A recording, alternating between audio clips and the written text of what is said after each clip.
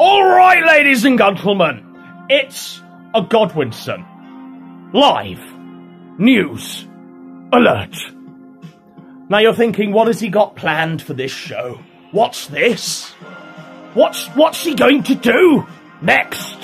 You're sat there at home just wondering, how fucked is Godwinson tonight? Well, I've got quite an inspired idea.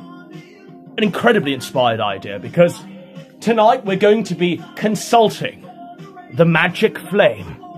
And the magic flame will divine all of our answers. It will predict the future and tell the truths of the past. So I'm going to light this Yankee candle here, and we're gonna see the magic flame.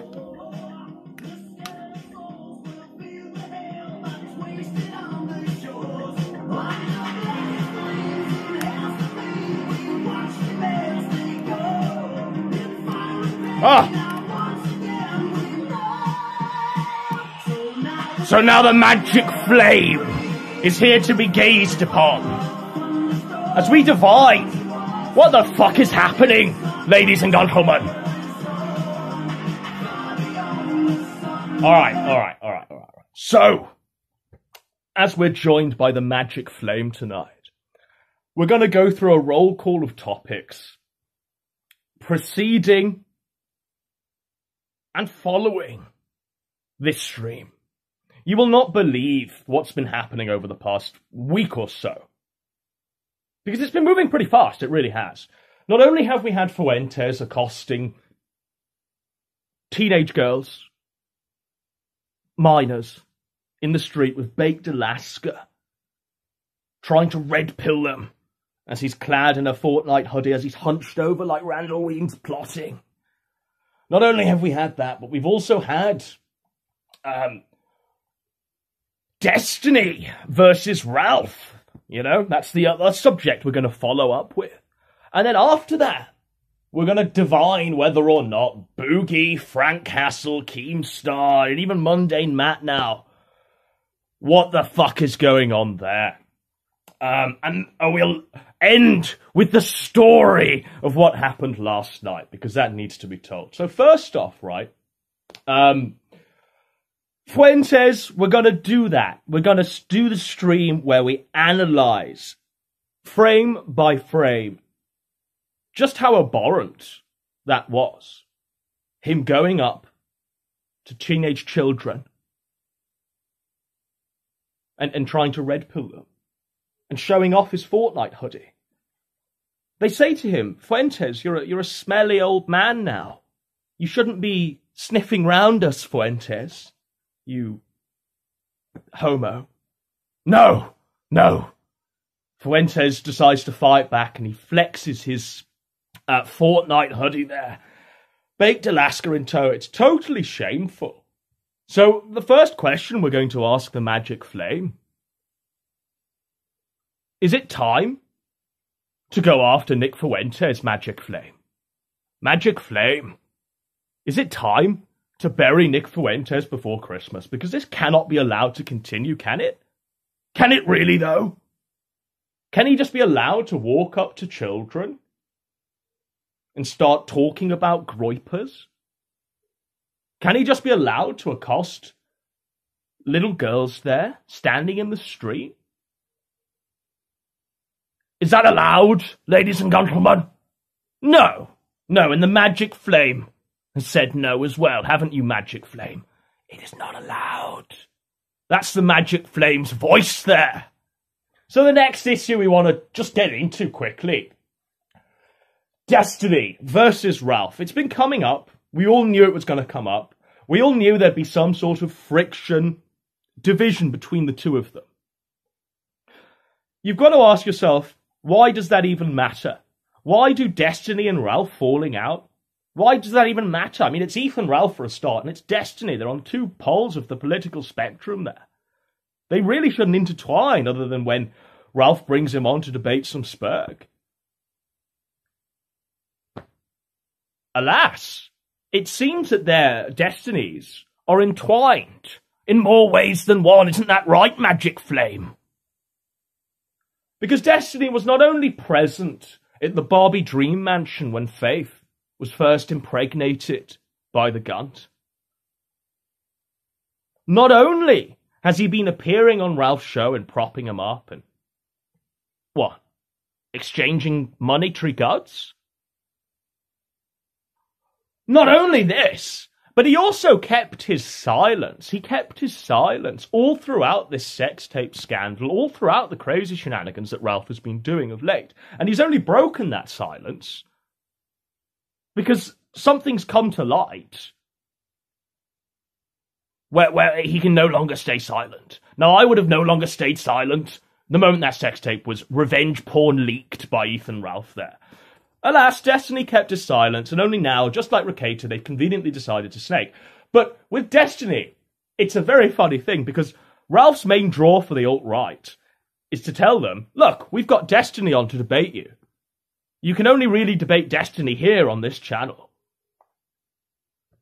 Because it'll be a pro-platform, right? You're not going on like a Vouch or a Shoe-on-Head platform where you're just going to be pilloried and bullied.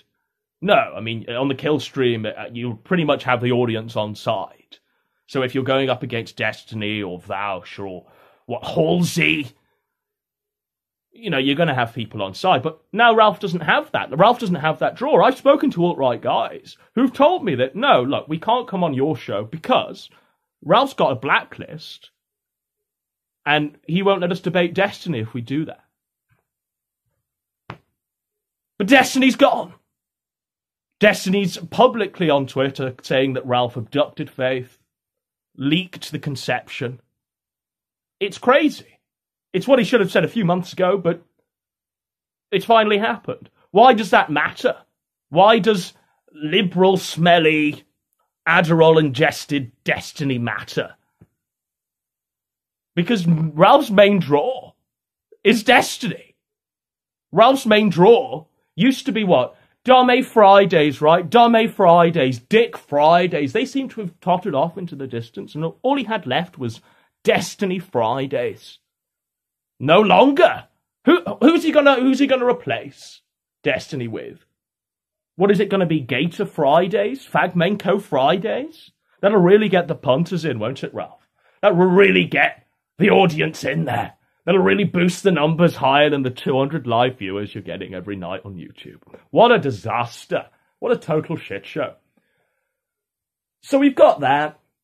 We're going to ask the Magic Flame whether or not Ralph will flounder now Destiny has gone.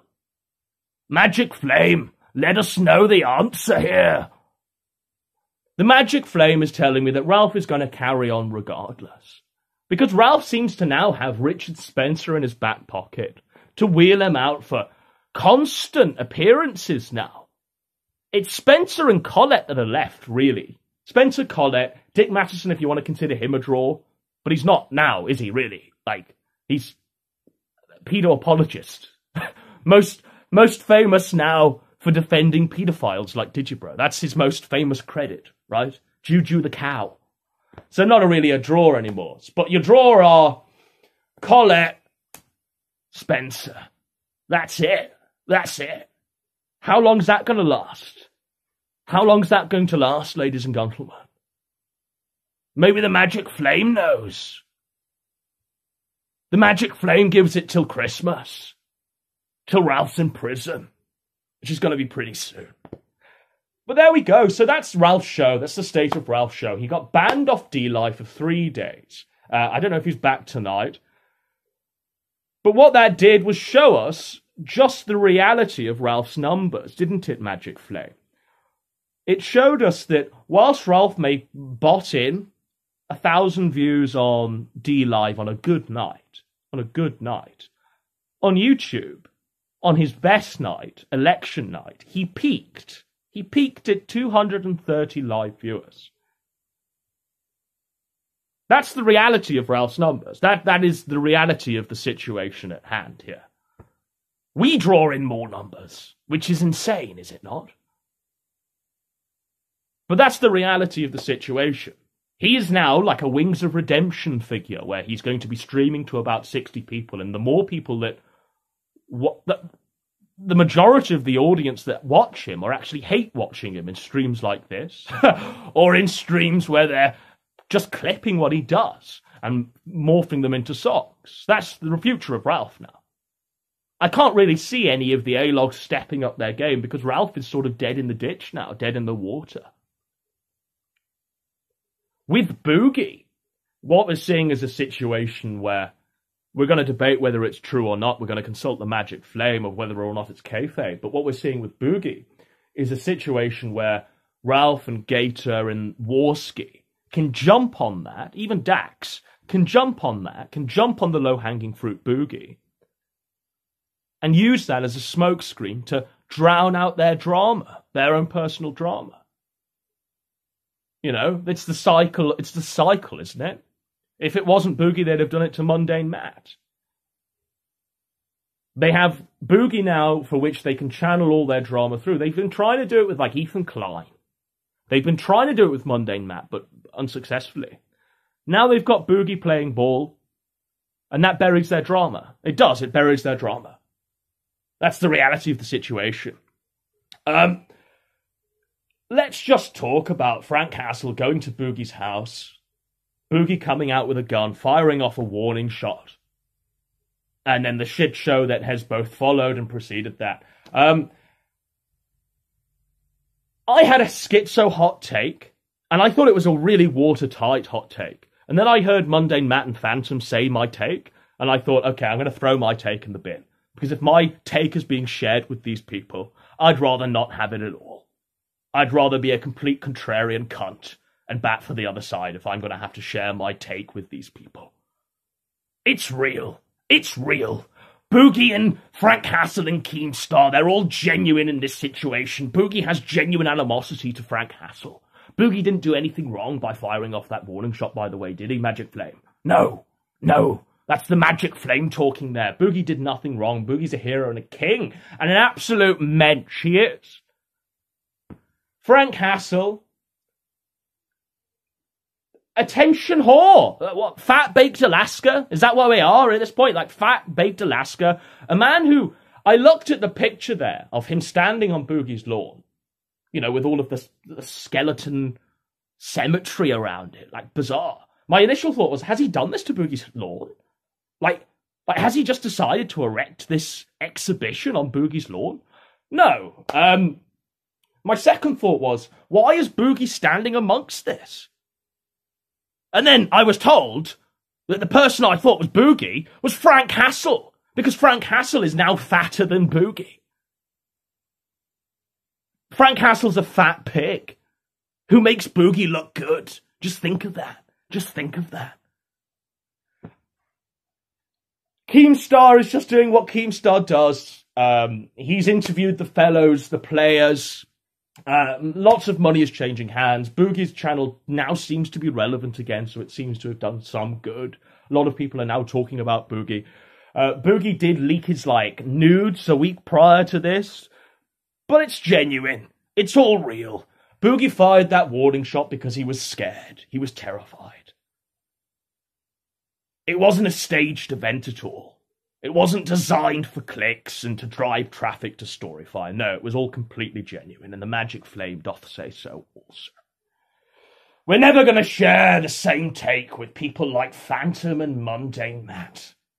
We'd rather be dead in a ditch than do that, ladies and gentlemen. But it buries Ralph's drama. It seems to be a focal point at the moment for the internet, outside of what Stephen coming out in Smash, the Minecraft man.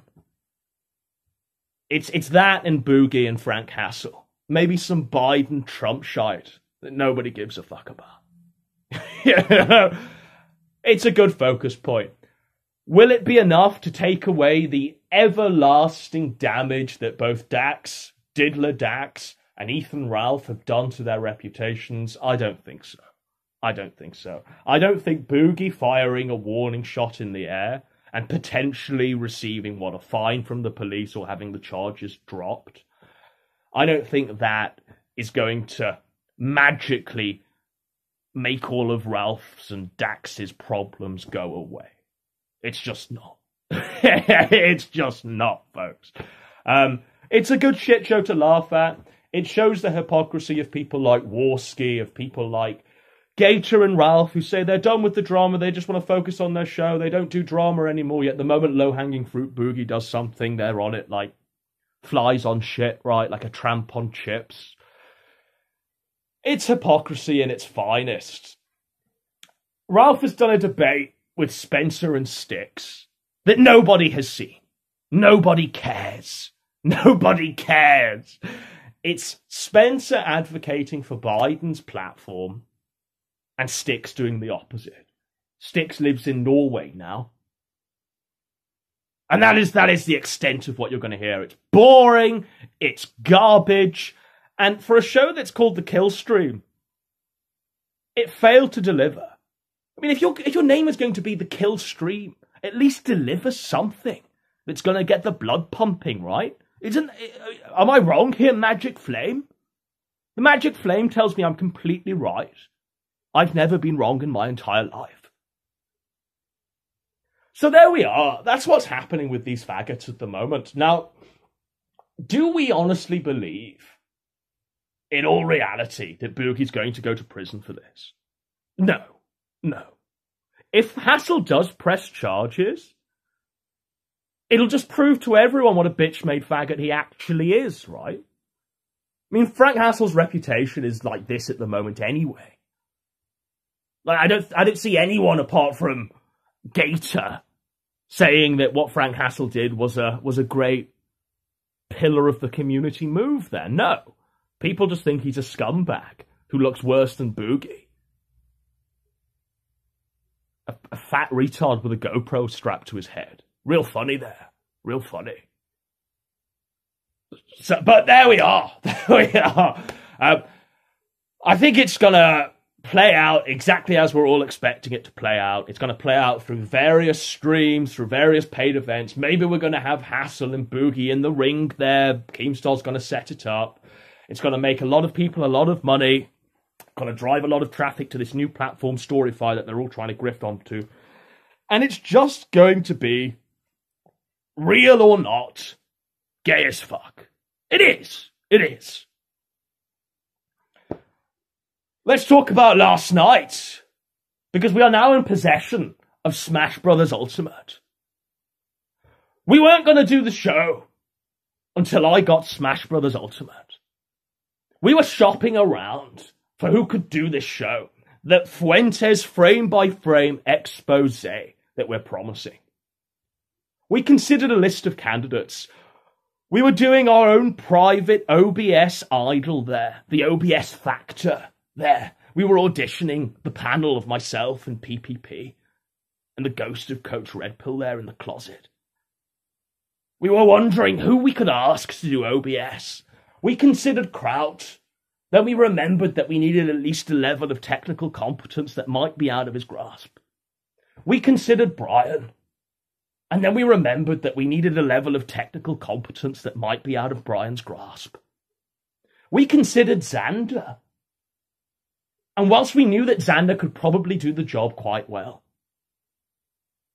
we also knew that Xander was going to have a conflict of interest in the subject we're covering, because Xander is platforming Catboy Cammy now on Bitwave. Now, I think Catboy Cammy's a pedophile. I know that to be true. I think Catboy Cammy is an abhorrent person who should not be associated with, and Nick Fuentes going on a 12-hour Catboy date with him and being rogered in the bottom whilst wearing cat ears was a real bad look there. I don't think this guy should be anywhere near the internet. I think the only place he should be is a jail cell. That's my opinion on Catboy Cammy, and I've said it many, many times. So if we do a stream with Xander on Nick Fuentes, boyfriend of Catboy Cammy, there's a conflict of interest. And even Xander said so publicly on Twitter. He said, oh, I see. I recognise the conflict of interest, so I'm going to have to pass, guys. That's where we are at this point. All these people are connected, folks. So Xander was out. He was eliminated from OBS Idol there. Then we decided to play a few wild cards. I hit up Flamenco. I thought Flamenco would do it. I thought he'd do it in his heart of hearts. I thought if we came to him with a show that would have at least tipped him over the 1,000 subscriber mark so he could monetize his YouTube channel, he'd allow us to do it. I genuinely thought that was going to be the case. I thought his ability to grift would break all ties of loyalty to the Gunt. Alas, Fagmenko said no. He said no. So then we decided to ask Aid Zero, right? We thought we could kill two birds with one stone, because apparently Aid wants me to do a show with her.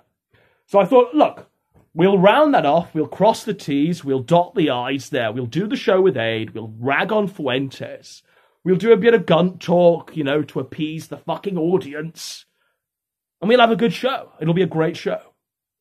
The only problem was, could Aid Zero operate OBS?